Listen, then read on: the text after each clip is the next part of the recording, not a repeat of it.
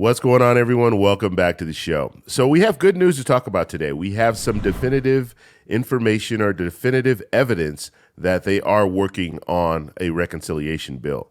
And so we're going to talk a little bit about that. We're going to take a look at this news article, and I'm going to show you. No, we don't have all the details of what will be in this reconciliation bill, but we do have information. We have a few different ideas of what they're trying to move forward with. And we do have evidence of one part of the plan, so we're going to talk about that. But first off, on this channel, we talk about money and the financial struggles that Americans are facing today. If that sounds like something interesting to you, please subscribe to the channel and hit that little bell notification. That way you get notified anytime we put out a video. And like always, if you see my name and a picture of me in the comment section, make sure you see a check mark next to my name. That check mark signifies that it's me. If you do not see that check mark, it's not me. It's someone trying to impersonate me. Okay, so first off, thank you guys all for joining in on the premieres. I will try to put this video out as well as a premiere. I'm going to try to do at least 4 per week. That's the goal that I've set for myself. But please, when you guys come and watch the premiere, one thing that I ask of you guys, hit that like button. When you come in, you hit the like button, it lets YouTube know that the premiere is going, which YouTube knows the premiere is going. But if the premiere is going well, then they'll promote it out to more people. Okay, so please, when you come in, hit the like button. I like to remind you guys when we're in the chat, but hit the like button. And then also, if you have not subscribed to the channel, that is the time to subscribe to the channel. Okay, you subscribe, hit the little bell notification. That way, when I set up a premiere, you're going to get notification before I post the premiere. That way you can come in. If you have questions, if you just want to come in and chat, you can do that at that time. So please subscribe and make sure you hit that bell notification. If you don't hit the bell notification, you're not going to get notified before I do the premiere. Okay, so what happens with the premiere, once I shoot this video, edit it, then I will send it to YouTube, and then I'll say I want to do it as a premiere. And then usually I give it about 2 hours before, and then YouTube will promote that video to the subscribers to let you know, hey, there'll be a premiere, and it will be airing in about 2 hours. Okay, so that's how that all works. I just wanted to kind of clear that up, and it's very, very important, and I cannot overemphasize this. Please hit the like button. If you're in the room, hit the like button, and that's what really helps get the video out to more people. Okay, let's go ahead and let's take a look at this article here, and this is by Yahoo News. Okay, Yahoo does a really good job when it comes to finance and money. They do a really good job of putting out these different articles here. So what we're looking at here is this is a reconciliation bill that needs to be sent to the parliamentarian, okay, the Senate parliamentarian. Basically, what the Senate parliamentarian does is they look at all these different bills and they see if it fits the criteria for a reconciliation bill. Okay, so you could put a bill together and it doesn't fit that criteria for reconciliation. And if it doesn't fit the criteria, then guess what? It's not, they can't use it. Or I won't say they can't. The Senate parliamentarian gives advice. It's up to the senators. They can vote, even if it doesn't meet the criteria of a reconciliation bill, they can still vote for the bill. Okay, so it doesn't take it off the table, but they're going to an expert and saying, does this meet the criteria? Okay, now if you guys don't know, and let me switch back real quick. I just want to talk about reconciliation as opposed to just a regular bill because some people might have questions about that. So when it comes to reconciliation bill, and what Congress has been trying to do, or at least the Democrats have been trying to do for the last year, is they've been trying to pass a reconciliation bill. This is a spending bill, okay? And what they want to do is they want to put this big package together. It's the second half of this infrastructure bill. So the first half of the infrastructure bill, they didn't have to pass it through reconciliation. They were able to get enough support from Republicans in order to pass the infrastructure bill, the hard infrastructure bill. Now they're working, and they've been trying to work on this soft infrastructure, or the infrastructure that focuses more on social programs.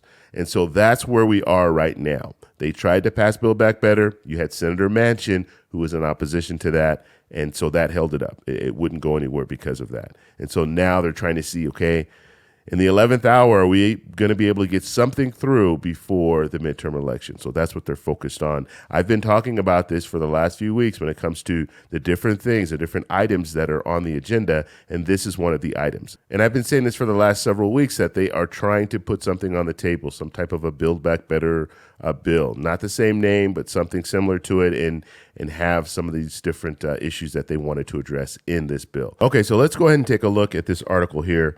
Now, this is from Yahoo News. So Schumer and Manchin agree on reconciliation bill.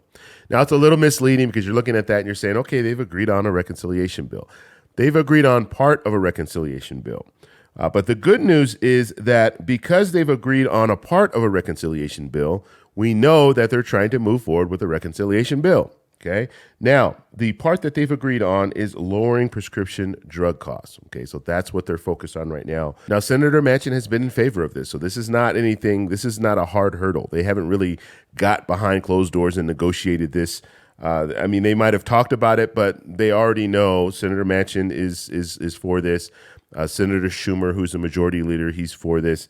And so this is not a hard hurdle. And so what they're doing right now is this part of the bill, this lowering of prescription medication, this is going to the parliamentarian. The Senate parliamentarian will look at this and then determine, okay, yes, this meets the criteria for a reconciliation bill. So that's what we know as of yet. Now, we don't know any details about what else will be in this reconciliation bill, but we do know that this reconciliation bill is something that they're working on right now, which is really good news.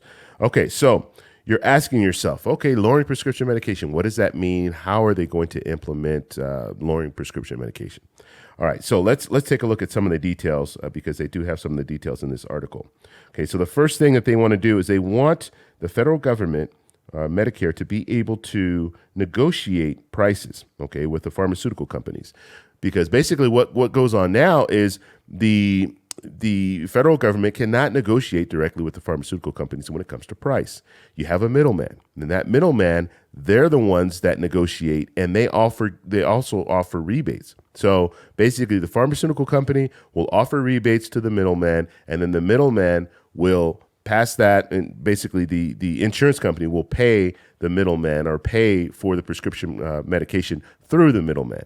That's how it works. And then on the back end, that's where you go in and you pay, and the insurance company charges you higher premiums. That's how that system all works. So you have all these different hands in the pot. And anytime you look at a situation where there are a lot of different hands in the pot, guess what? It's going to cost you more money in the long run. Okay, so you might think, oh, well, when I go to pay for my prescription medication, it's only $15, it's only $25, but you're paying a higher premium to your insurance company, and you're paying that higher premium, and that's all coming from this hands in the pot, the middleman, and all the different hands in the pot. Okay, and the pharmaceutical companies, they'll let you know. They'll let you know, look, we are charging more for these products. We're charging more for these products because we have the middleman that's involved. So basically, if my list price is $100 and the middleman is taking, on a rebate, they're taking $50 of that, then guess what? That pharmaceutical company is saying, okay, it's $100. If we raise it up to $200 and we offer a rebate of $75, now we're able to make a little bit more money and offer even a higher rebate, which entices that middleman to say, hey, these are the products, these are the prescription medications that we should be offering to the insurance company. So it's very convoluted.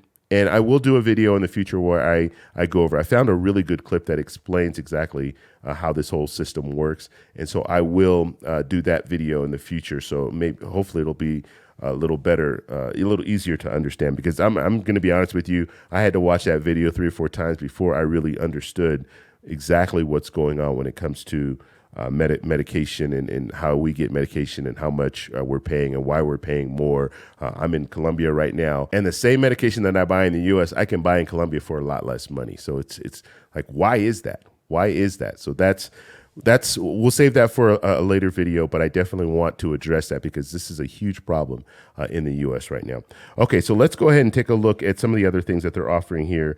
They want to put a cap of $2,000 on Medicare patients, so you never pay more than that per year, which is good because there's some people, believe it or not, they're paying a lot of money, thousands and thousands of dollars on prescription medication every year because of this, the way our current system is. And then the last thing that they want to offer here is they want to offer an inflation rebate. Okay, so they want to have this policy Basically, so the pharmaceutical companies can't just hike the prices up during an inflationary period. They're trying to avoid pharmaceutical companies raising the prices to, let's say, 20% and then taking even more profit. If there's a situation like that, the policy will state that the rebates need to go out to the consumers. Okay, so if you're making record profits, some of those profits are going to be going to consumers. And so you have to actually have guardrails when it comes to this. And I know we live in a capitalist society, and businesses shouldn't feel bad about making a profit, but you have to have some type of guardrail, especially when it comes to necessities like prescription medication, because you could be in a situation where this company, a pharmaceutical company, can say, you know what, we're going to raise prices 100%. And the consumer there's nothing the consumer can do. They have to pay for it. And that would mean that their premiums are going to go up because insurance companies are going to be paying more, as well as the cost if they have to pay out of pocket. Let's say they don't have insurance, they have to pay out of pocket. They're going to be paying a lot of money for this medication. Okay, so those are the three major things that they're focused on when it comes to lowering prescription medication. Now, I think this is a good idea. I don't know what the plan is. We don't have the blueprint yet when it comes to exactly how they want to move forward with this, but we do have some key points that they want to address. Now, there's some other things that they have that they're negotiating as well. Tax reform here, climate change. So they're going to be focused on a few other things when it comes to this bill.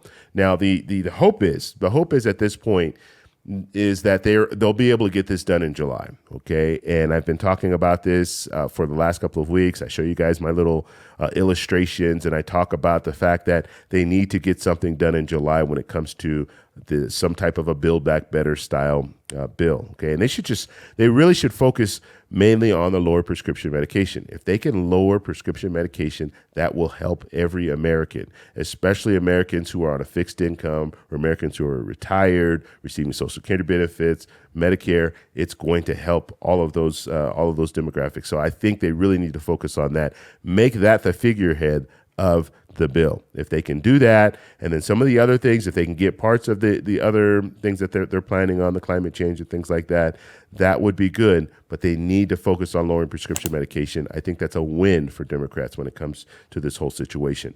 Okay, so we know they need to pass it through reconciliation, which means they're going to need the 50 Democrats all to support this bill, as well as the tiebreaker, Kamala Harris, the vice president, coming in, breaking the tie. That's the way they need to move forward with this. Republicans at this point, they haven't shown that they want to support any type of a large bill, so any type of large bill for social programs. So we're going to have to follow this and see where it goes. But this is very, very important and very, very good news when it comes to reconciliation and moving forward with the reconciliation bill. So July is the month. If they can get this all situated in July, that would be the ideal situation, because they're going on recess in August. The House will be on recess the whole month. The Senate will be on recess for 3 weeks. And so they want to try to get something done in July. That way they don't have to focus on it in September, because in September, they're going to be talking about the budget for 2023. And that's all. The majority of what you're going to hear about is going to be the budget. Okay, so if they can get this done in July, then they can move forward in September, and they don't have to worry about this being on the table anymore. If you guys have any questions, post them down below. If you like this video, please give me a thumbs up. Please subscribe for more, and I'll talk to you in the next one. Bye.